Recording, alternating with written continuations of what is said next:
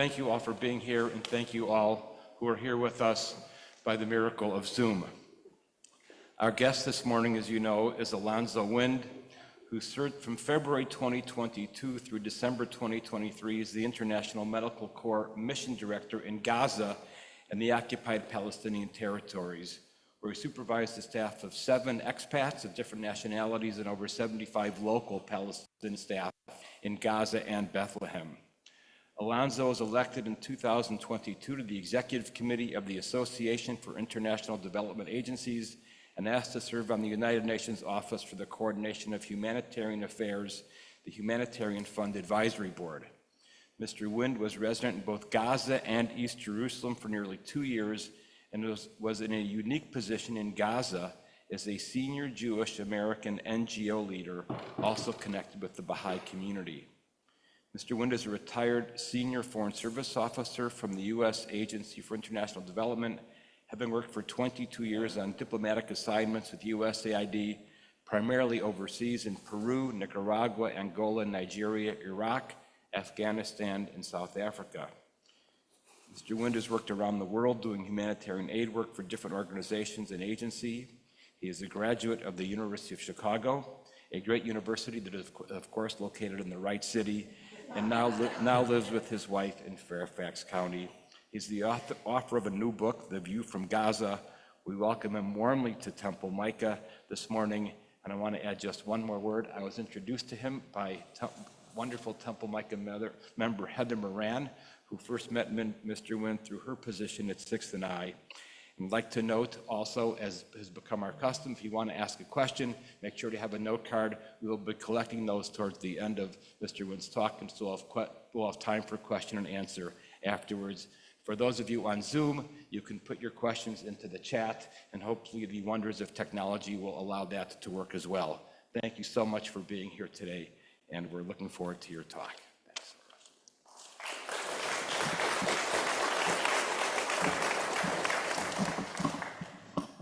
Thank you very much, Rabbi Danny and Rabbi Stephanie and everyone for coming. Let me apologize in advance. My voice is a little raspy, unfortunately, the last few weeks, but hopefully with the help of some technology, I won't be pushing it out with too much difficulty. As Rabbi Danny mentioned, I come to the situation facing the occupied Palestinian territories, the OPT, and Gaza from a unique position. I spent nearly 4 decades really working in international development and public health, about half of that as a Foreign Service officer within the U.S. Agency for International Development, and half of it with different international NGOs. I've worked in plenty of environments where we sometimes have to deal with kinetic threats, as the experts call it, difficult circumstances.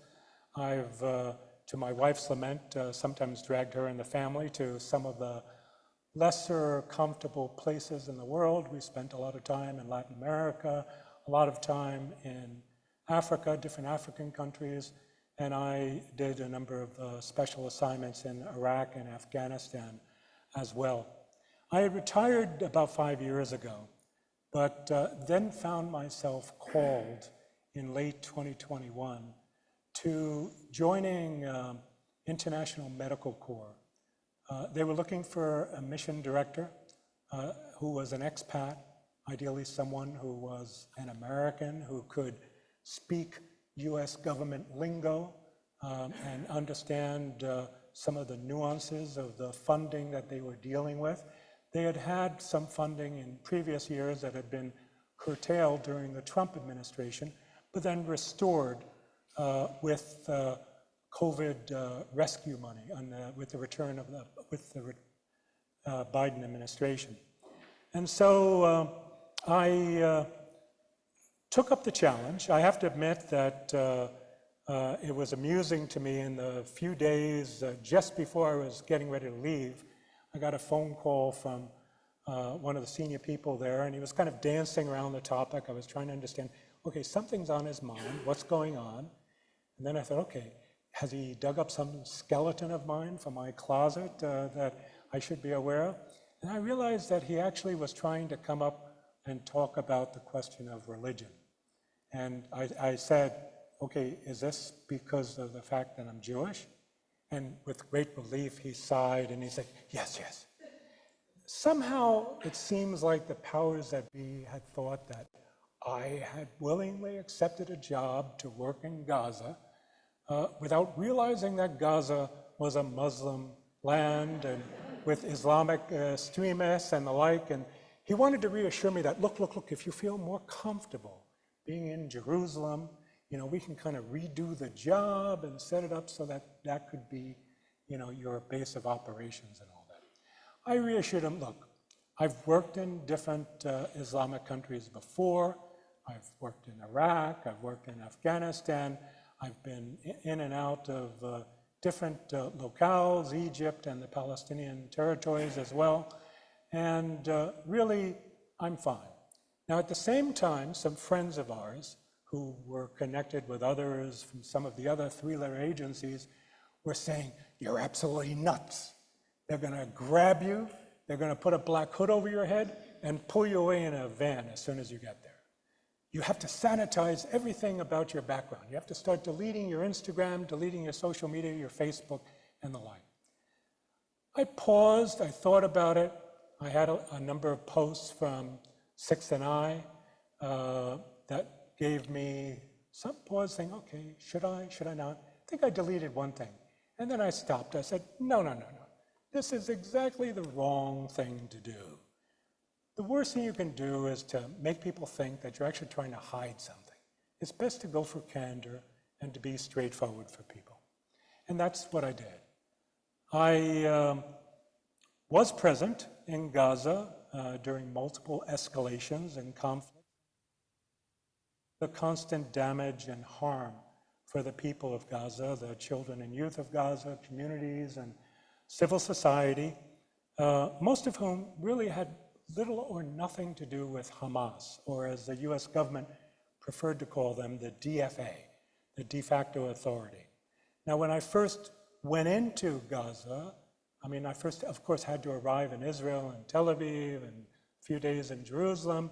The Israelis had approved my entry into Gaza, but also it required approval from the Ministry of the Interior of Gaza. And once I entered, I had to be interviewed by some of the people from the Ministry of the Interior.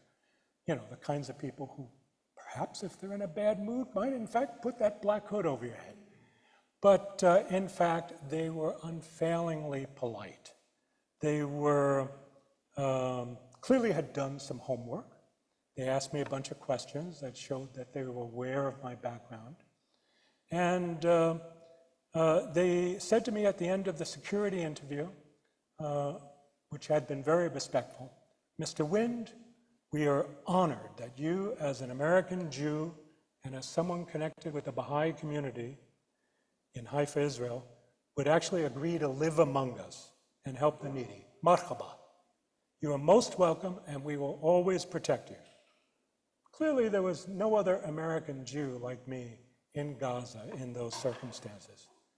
Now, during the 2 years that I was there, and I divided my time ultimately, initially I spent a chunk of time in Gaza itself, but then I would kind of fall into a rhythm where I would typically come out, particularly on the weekends, in most cases, either spending some time in Jerusalem or spending some time in Tel Aviv.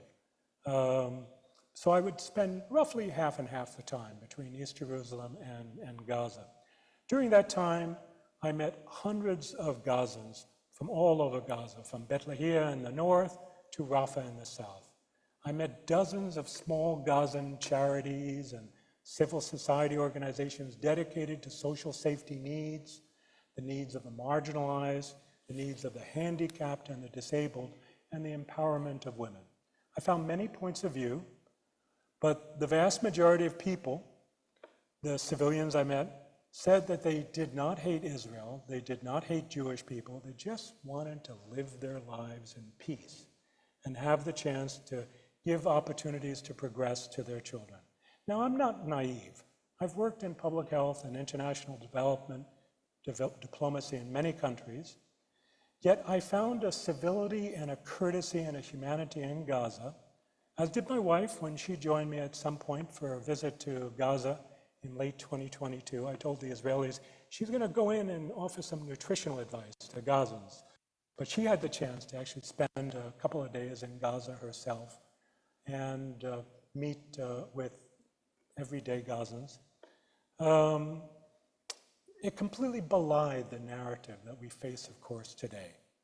The brutal attack on Israeli communities October 7th by Hamas and other militants was undeniably savage, even by the standards of the region. However, and this must be understood, this brutal war did not begin October 7th. The attack grew out of a blockade and a siege of Gaza for over 16 years, largely ignored by a mythology spread by news media and pundits alike. The blockade of Gaza has been misunderstood by many well-meaning and misinformed people. For example, I heard repeatedly on television pundits who would refer to the fact that Gaza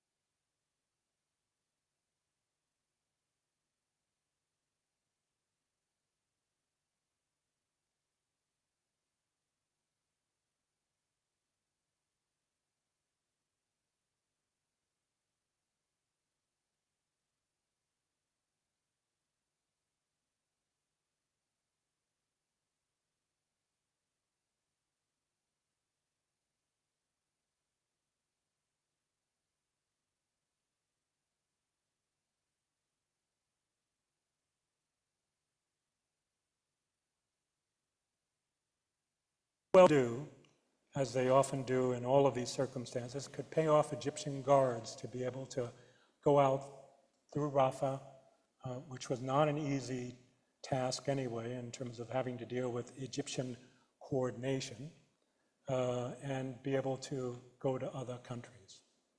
Now, while I was there, I led a USAID $10 million health and humanitarian assistance program across all 5 governorates of Gaza to support primary health care, mental health, psychosocial services, disaster risk reduction, gender-based violence, child protection. My team and I were often constrained in our work by, frankly, counterproductive US government policies naming Hamas a foreign terrorist organization. American diplomacy and humanitarian assistance since 2007 translate that into forcing onto American citizens and American-funded organizations, as well as through the EU-funded organizations, something called the no-contact policy, which does not allow US government officials or even private humanitarians to even talk to the DFA. There's also very poorly thought out government regulations from the US Treasury Office of Foreign Asset Control that imposed a legal liability and risk on NGOs that felt they had to engage on some level. If you're there providing assistance, how do you do this? I mean, there were often some techniques trying to use third parties, using a legal fiction of contact with the Palestinian Authority in Ramallah, trying to rely on surrogates of surrogates, but it made things very difficult. It made things, for example, impossible for someone like myself and others to actually directly deal with the Ministry of Health in Gaza, and with difficulty with the Ministry of Health in the West Bank.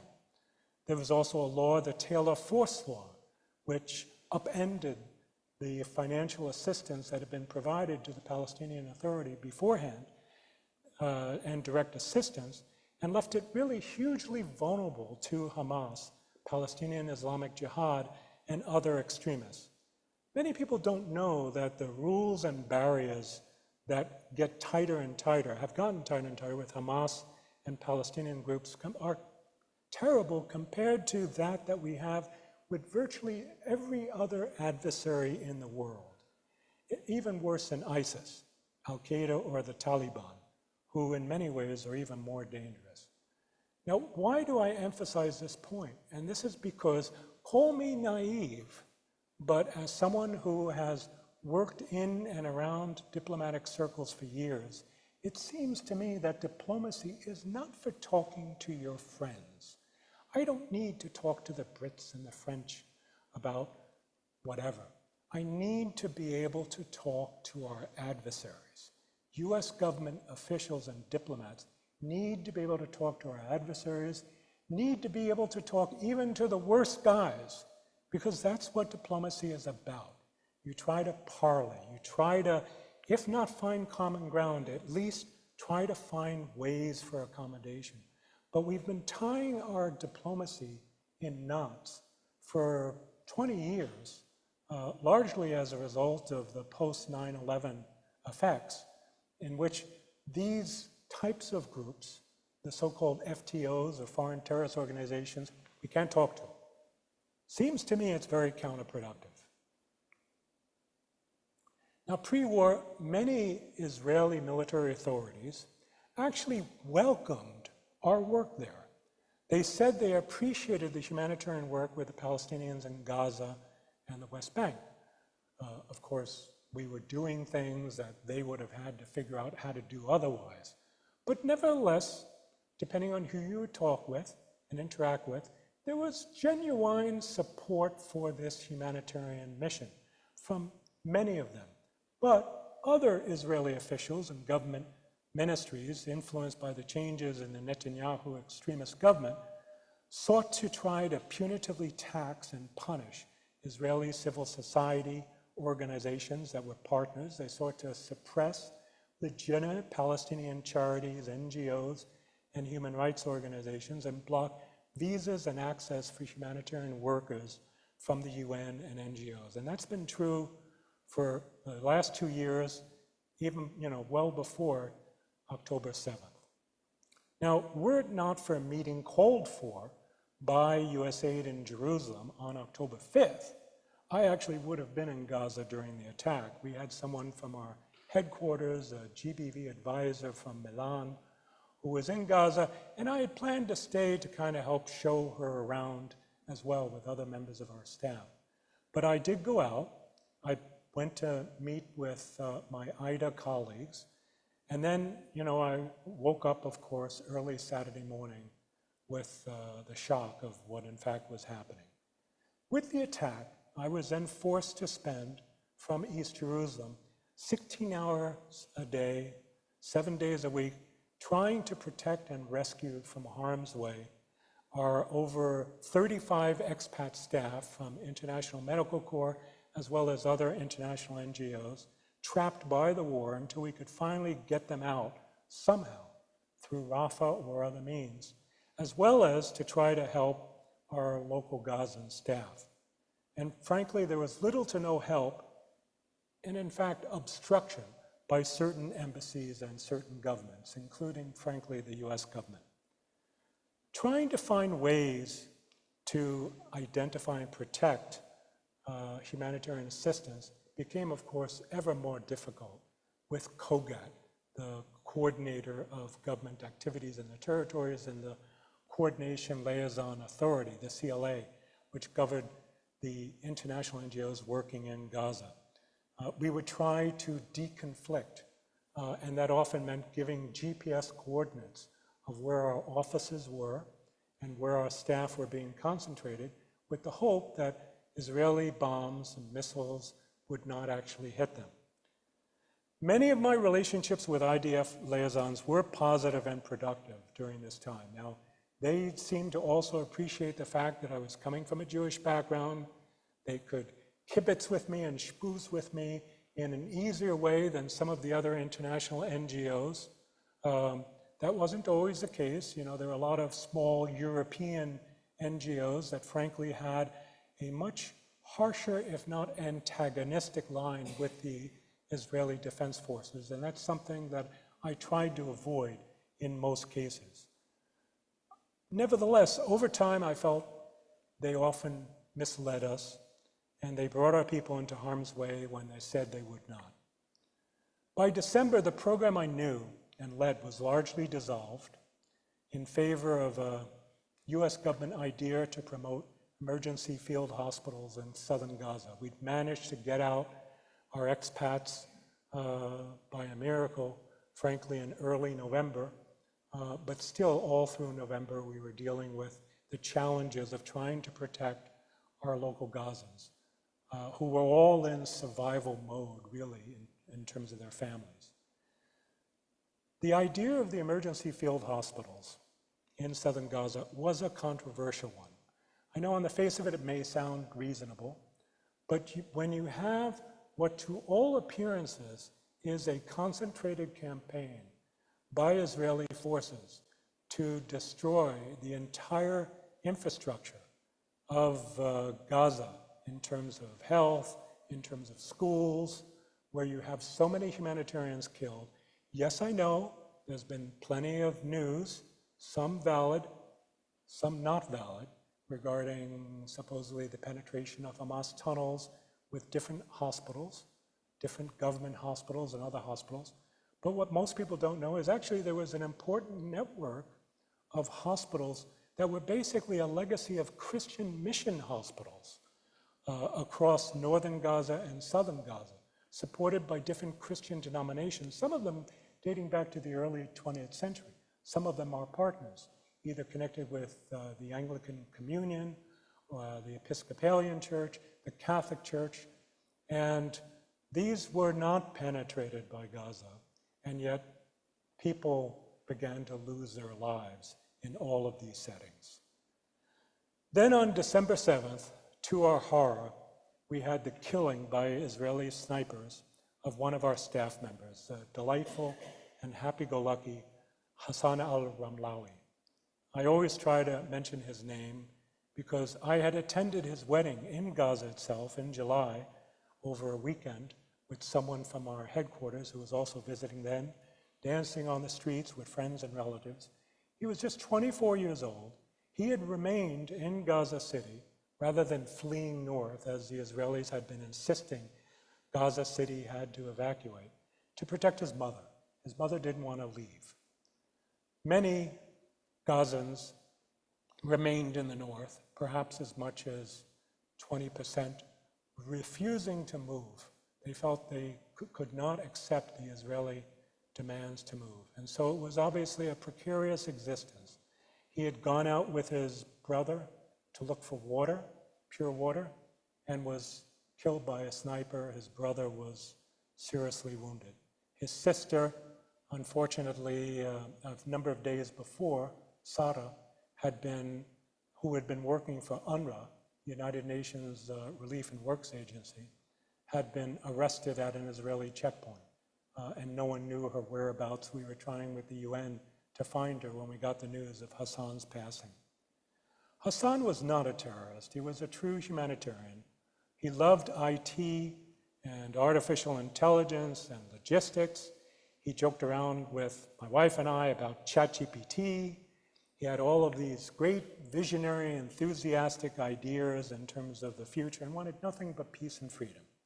And his death crushed both my wife and I. His death was the first among our international NGO staff in Gaza, first, of course, of International Medical Corps, but it would not be the last. Within days, humanitarian staff at Caritas Jerusalem, Save the Children, Humanity and Inclusion, Mercy Corps, and others were wantonly killed, sometimes even in Christian churches. Indeed, so many victims in a war like none other this century, this past century as well, with so many humanitarians, aid workers, doctors, nurses, journalists, targeted, I would say, targeted and killed. Not always, perhaps, sometimes accidental, but on more than one occasion, I knew that they were targeted, just like our colleagues at World Central Kitchen. Now, I was present in Gaza, as I said, during several escalations before that point and Israeli rocket retaliatory attacks.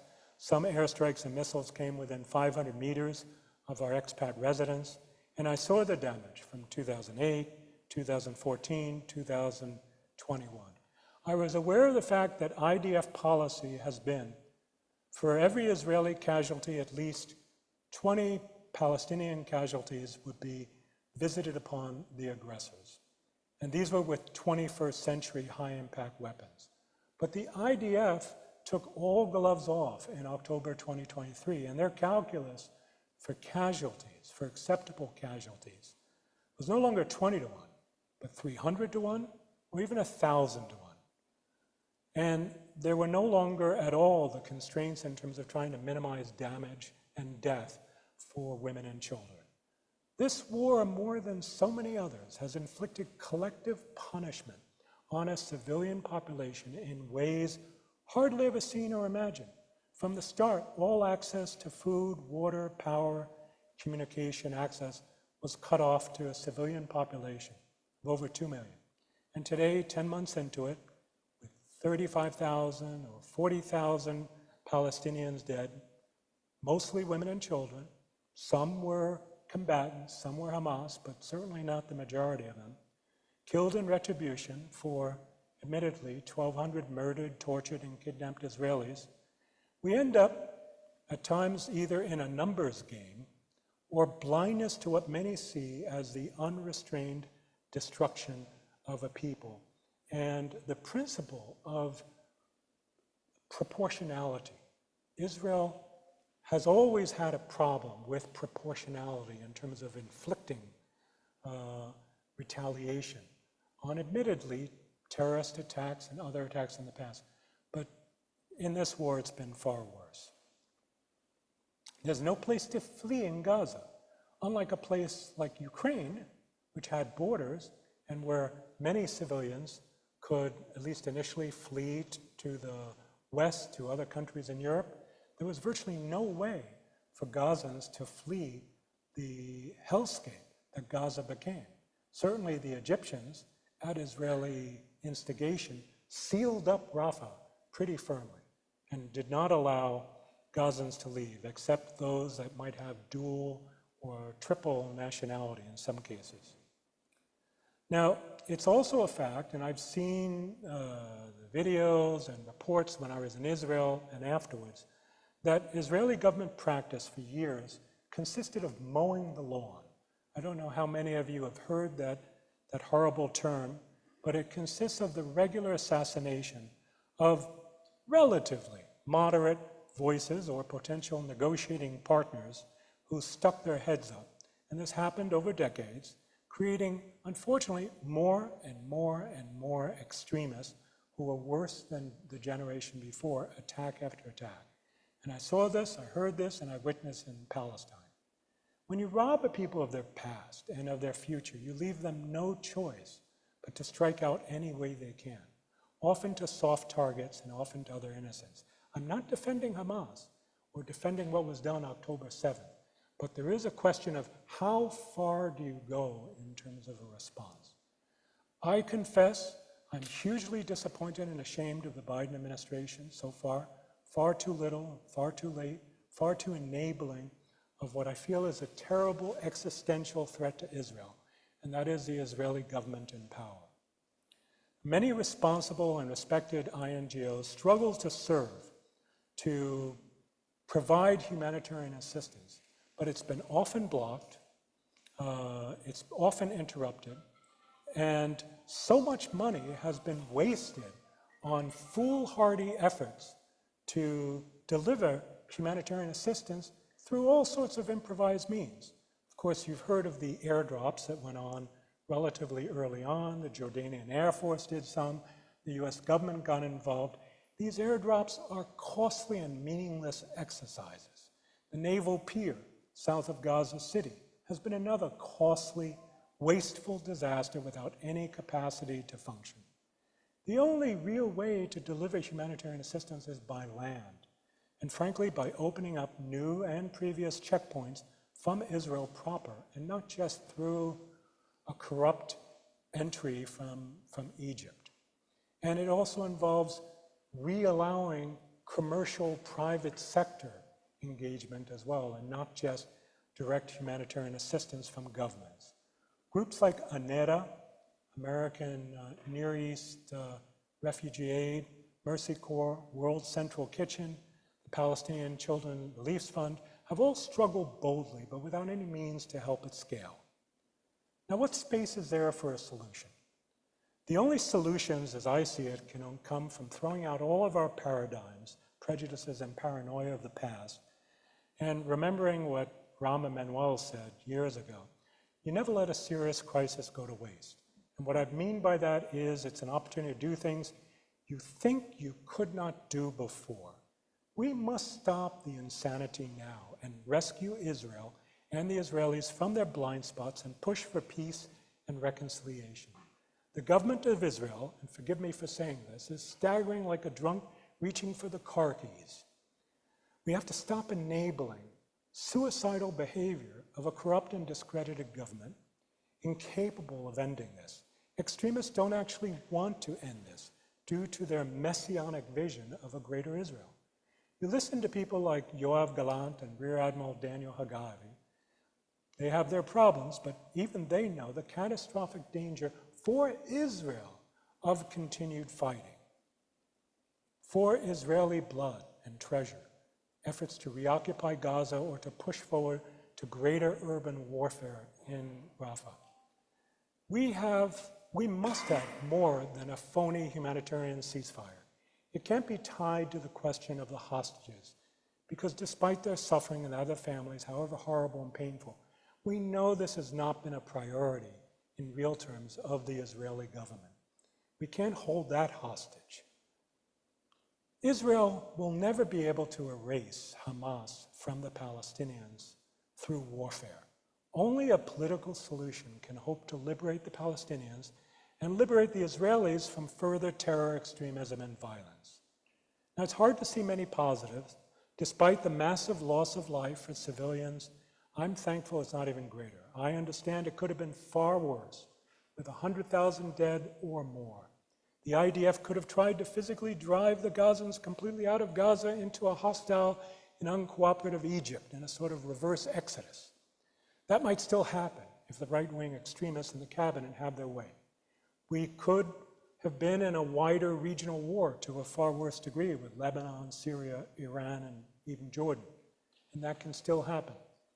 Amazed that even amidst severe hunger and the onset of famine in some places, the food has frankly lasted as long as it has. I'm amazed I can still be in contact by WhatsApp and Facebook and other means with many of my former staff and families. I had messages even early this morning from many of them, and I'm glad to see that there are efforts to speak out broadly against the violence in civil society in Israel, as well as here and from the same in Congress. Unfortunately, it's been so polarized with this horrendous narrative that we've seen from some on the so-called ultra-left and all of that, which ignore the reality of what's been going on. Now, IMC managed to build and mobilize 2 field hospitals in Gaza, one in the south, which unfortunately had to be abandoned and disassembled. Now only one remains in Deir al-Balah in the center. It's virtually the only trauma care center there. Heal Palestine, MSF, Palestinian Children's Relief Fund, and others also have field hospitals, but it's a drop in the bucket in the need of millions. Why did the WHO oppose these field hospitals? Because WHO knew that by giving open license to the building of these field hospitals, each of which can maybe handle 50 to 100 patients, you are destroying utterly the health infrastructure that otherwise was there. Now, what can you do? And forgive me for being a bit longer, but I'm almost at the end.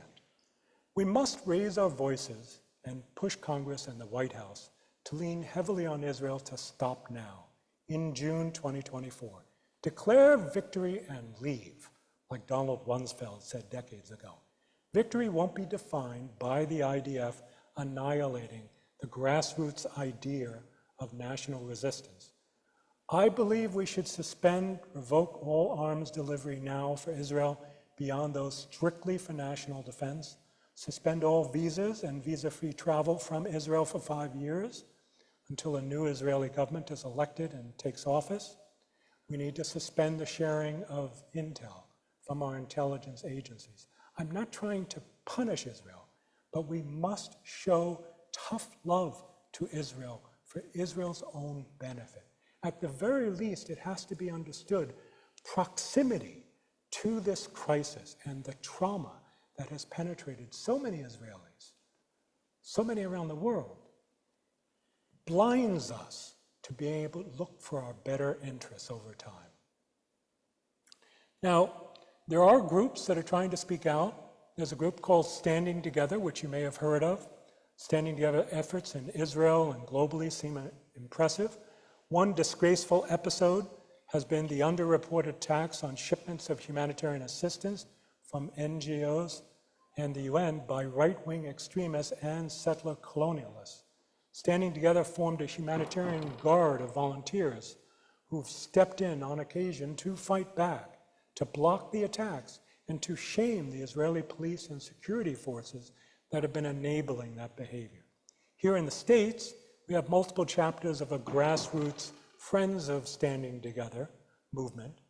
Consider learning more if you're interested. I have a couple of sign-up sheets out there. It's embracing of lots of different points of view. It includes different areas of education, deepening, more information, mobilization, as well as direct action. A number of members of Temple Micah, I believe, are already part of it. Join in if you're interested. I also have a book coming out. It's done. It's already up for pre-sale on Amazon. It's called A Jew in Gaza, surprise. The ebook comes out July 1st, and the soft cover will follow a few days later. It's on Amazon now, and hopefully it will be out through other outlets like Ingram Spark and Barnes & Nobles shortly afterwards. As General Colin Powell once said, this is a Pottery Barn moment. They broke it, we broke it, because we allowed them to do so. Now we own it, and we have to replace it. I believe, looking to a grand vision to solve this, we're talking about the need for a 10 to 20-year trusteeship, costing upwards perhaps of $100 billion per year, over Gaza and the West Bank, with recognition of a new Palestinian state now, with a new provisional government, by force, against Israel's will. Perhaps it will cost less, but even if it costs $2 trillion over 10 years or 20 years, this is far less than the utterly useless adventurism of the United States and NATO allies in Afghanistan and Iraq, which further broke this world. I know that some Israeli friends dream that they can do a reprise of the invasion of Beirut in the early 1980s, where the IDF was able to secure the departure of thousands of Palestinian militants from Lebanon to Tunisia. Is Israel safer? Is Hezbollah less of a threat? I don't think so. I think Israel, it's not the 1980s today. Lebanon today shows hardly any gains, if any at all. And I think Israel is a far less safe place. Very conservative political Islam is also far more of a fact of life now than it was then. So the space to maneuver is not what it was. There were many chances in the past for peace. The Palestinians and the Israelis have made multiple fatal strategic and tactical errors. I think it's time for something entirely new. Again, thank you, Rabbi Danny, for your invite, and to all of you for your time, questions, and discussion.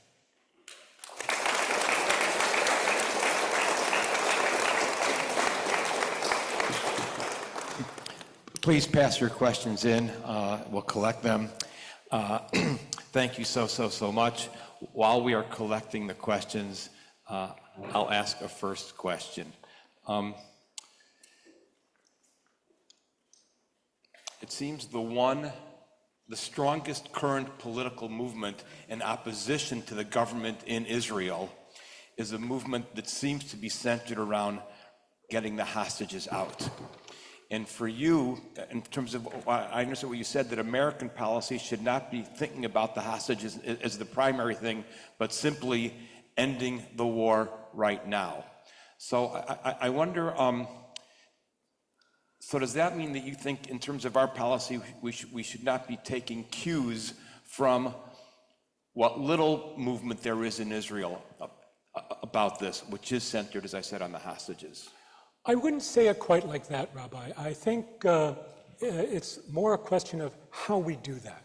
I think many have spoken out that the only way, and certainly to some extent this is something that you hear from Blinken and from President Biden from time to time, but in half-hearted ways, the only way to truly get the hostages out would be to stop the fighting, not just a humanitarian ceasefire for 4 days or 10 days, but stop the fighting, withdraw the forces, time out for everybody, and then go through diplomacy, which is something the US government has not engaged with effectively on. You can't rely on the Egyptians and Qatar to do this. Really, we and the EU should be engaging directly with Hamas representatives and saying, okay, what's it gonna take in terms of getting the hostages out? And then, I don't know how many hostages are left.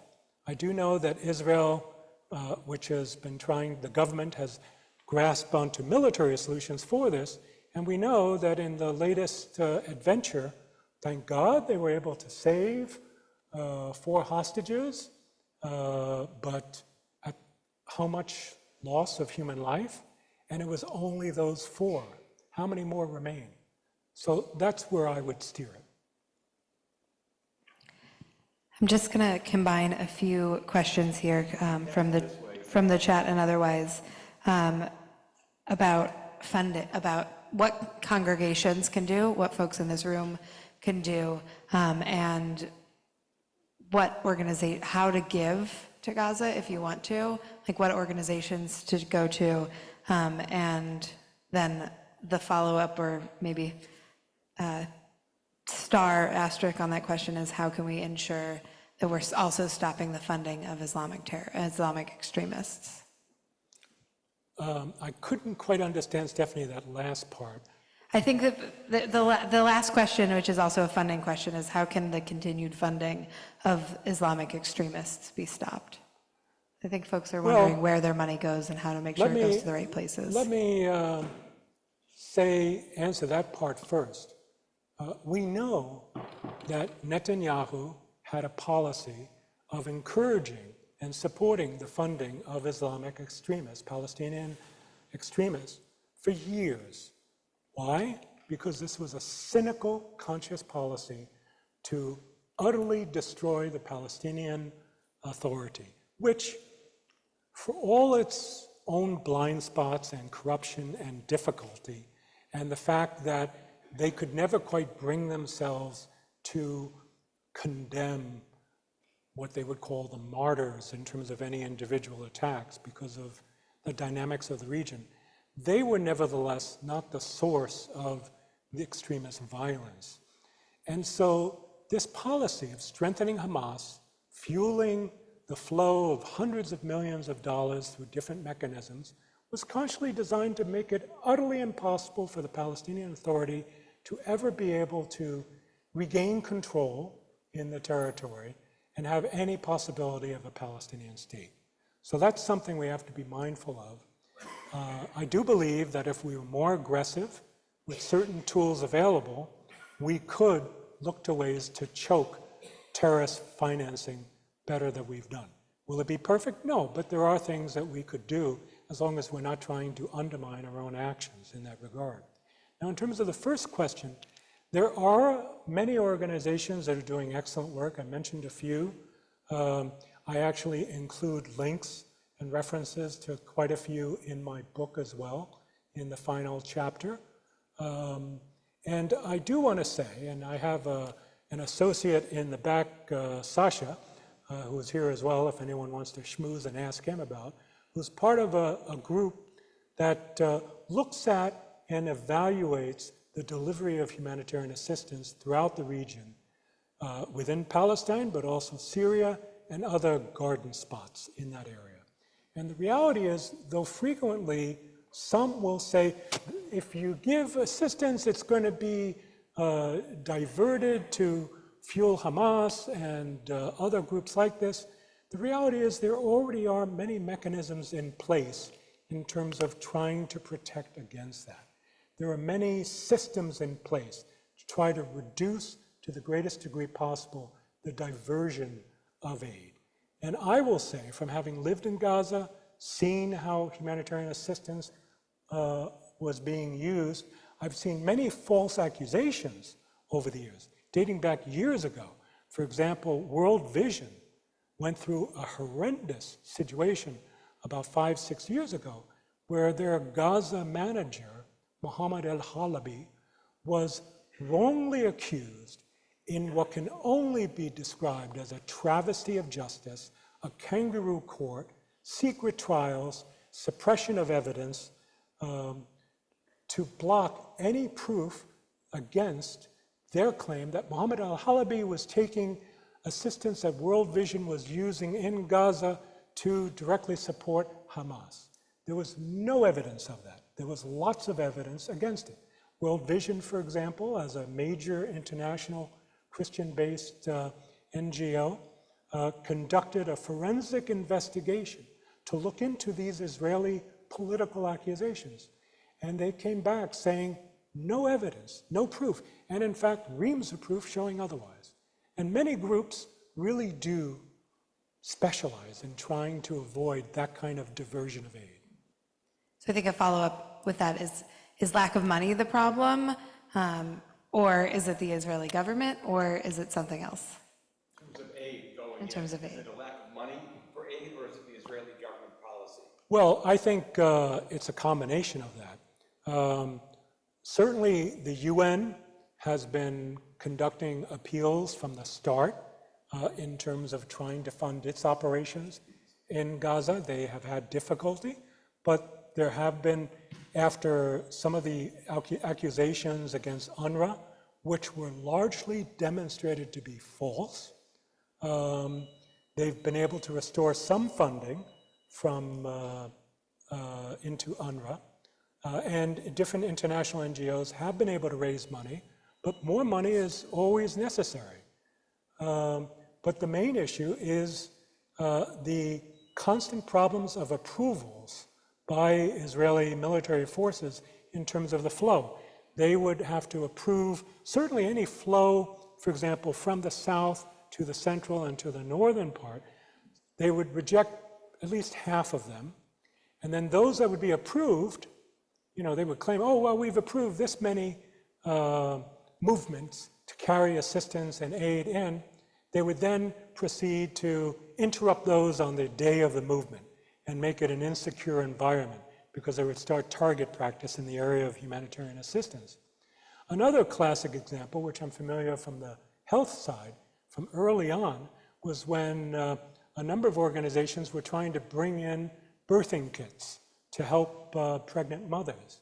And the Israelis would completely blockade entire trucks of humanitarian assistance because they had birthing kits with little scissors to cut the umbilical cord. And there's many, many cases of that.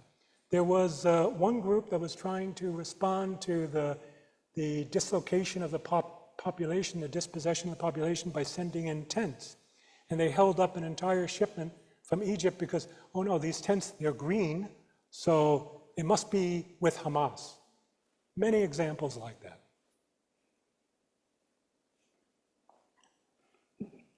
About a few questions about us domestically. Given that it's an election year in the US and there's like little likelihood that Biden and Congress will agree on anything, what can the president do alone specifically that wouldn't cost him the election? And well, I think he's already run a serious risk of costing himself the election. You know, God knows what will happen in terms of either, on the one hand, Arab Americans deciding to sit this out, others choosing to simply vote for the other side or for the third party candidate.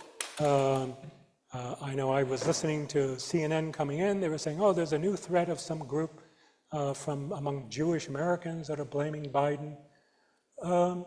I think much of this could have been avoided if from the start we had followed a policy of sympathy, empathy. Joe's hug of Netanyahu in October showed he was a mensch, but then showing some tough love. Really trying to not enable the excesses that have happened. How much leverage does the US government or Biden actually have on the Israeli government, which doesn't want to end the war? An immense amount of leverage. Look to history, and I talk about this in the book.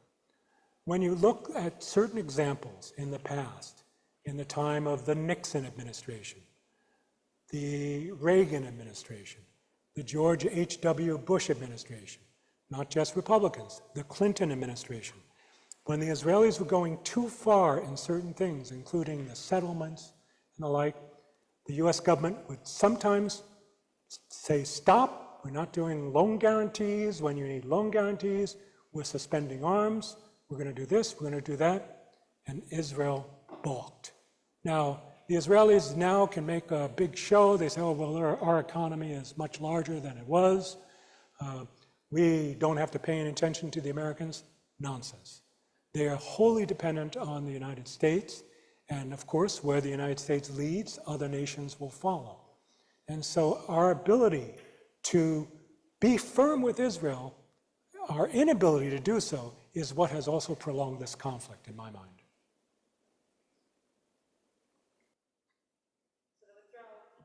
The withdrawal of the IDF will create a vacuum if they I'm going to walk closer. If they indeed withdraw. What force is needed for transition? What administrative authority is needed? I think we really need to think seriously about pulling out the stops with international organizations, the ICC, the ICJ. We need to stop supporting Israel in the Security Council. We should have done that a long time ago. And we should be putting up for open debate a trusteeship over the entire occupied Palestinian territories. I think the war in Gaza provides us with an opportunity to go beyond Gaza and to address this open sore of the West Bank. Unfortunately, this all could have been handled much easier 20 years ago. It all could have been handled much easier 15 years ago. Ariel Sharon removed the Israeli settlers in Gaza. I think at that point there were less than 50,000. It was painful for Israel, but they did it. I think if we had really insisted on no settlements, not just no more settlements and putting a winking eye to what they're doing, but requiring Israel facing serious economic punitive damages unless the settlements start being dismantled, we will not be able to resolve this. This is a golden opportunity in my mind to resolve it once and for all. Now, I will say I'm skeptical, increasingly skeptical, as I say in the book as well, about the possibility of a two-state solution. I think we may need to think out of the box, think about a confederacy, some sort of a federal structure between a Jewish state and a Palestinian state, disarm the Palestinian state, security guarantees for the Jewish state, do whatever's necessary. Of course, Israel will fight it tooth and nail, but if the United States were to show bravery, courage, consistency on this, perseverance, and ignore the worries about November as well, and to bring in the EU, and to make a deal with the Chinese, or even the loathsome Russians. I mean, we could cause the global community to bring an irresistible pressure into the situation and maybe save Israel once and for all. So there's one follow-up question to that, which is how trustworthy can Hamas be as negotiating partners in a process like that? How trustworthy can Hamas be? Yeah. I think they can't be considered to be trustworthy as well, but that's the thing with your adversaries. You don't trust your enemies. What is it Reagan used to say? Trust but verify. And, that was true 40 years ago. It's equally true now with specific punishments and actions and incentives as well. You have to use the carrot as well as the stick. You try to move forward. I think that we're dealing with a psychopathic personality in the form of Yahya Sinwar. There's no doubt. I mean, this is not a person motivated by any great solidarity for the Palestinian people. He shares this messianic, to misuse the term perhaps, view of the right-wing extremists in Israel. They're like peas in a pod. And so we need to make it irresistible for other forces in Palestine to arise. I've seen some information about recent polling that suggests that there are a number of Palestinian leaders that are beginning to be a bit more visible in the West Bank to challenge Abu Mazen, Abbas. I mean, Abbas is a piece of work on his own, and he should be forced out as well. We need to create, we need to be able to promote, to incentivize, and to protect true, honest brokers from among the Palestinian people. And a final question that's really about you. What's the most important life lesson that you've learned through your work? That's quite a question. Take your time. I think there's many life lessons I probably owe family above all. But in terms of my work in particular, I think one of the most important is speaking truth to power.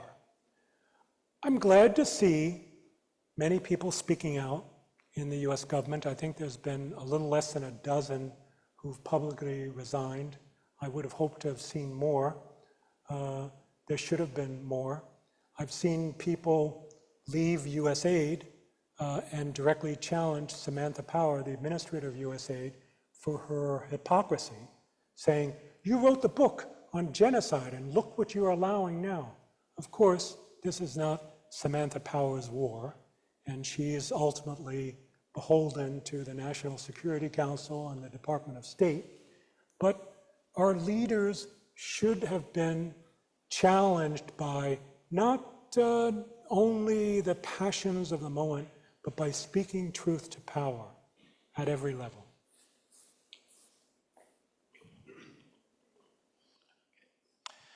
Thank you so much for being with us this morning. Thank to all of you who've come. Thank you to all of you who came on Zoom. And we look forward to continuing this conversation. Thank you so much. Many lessons learned. Thank you very much.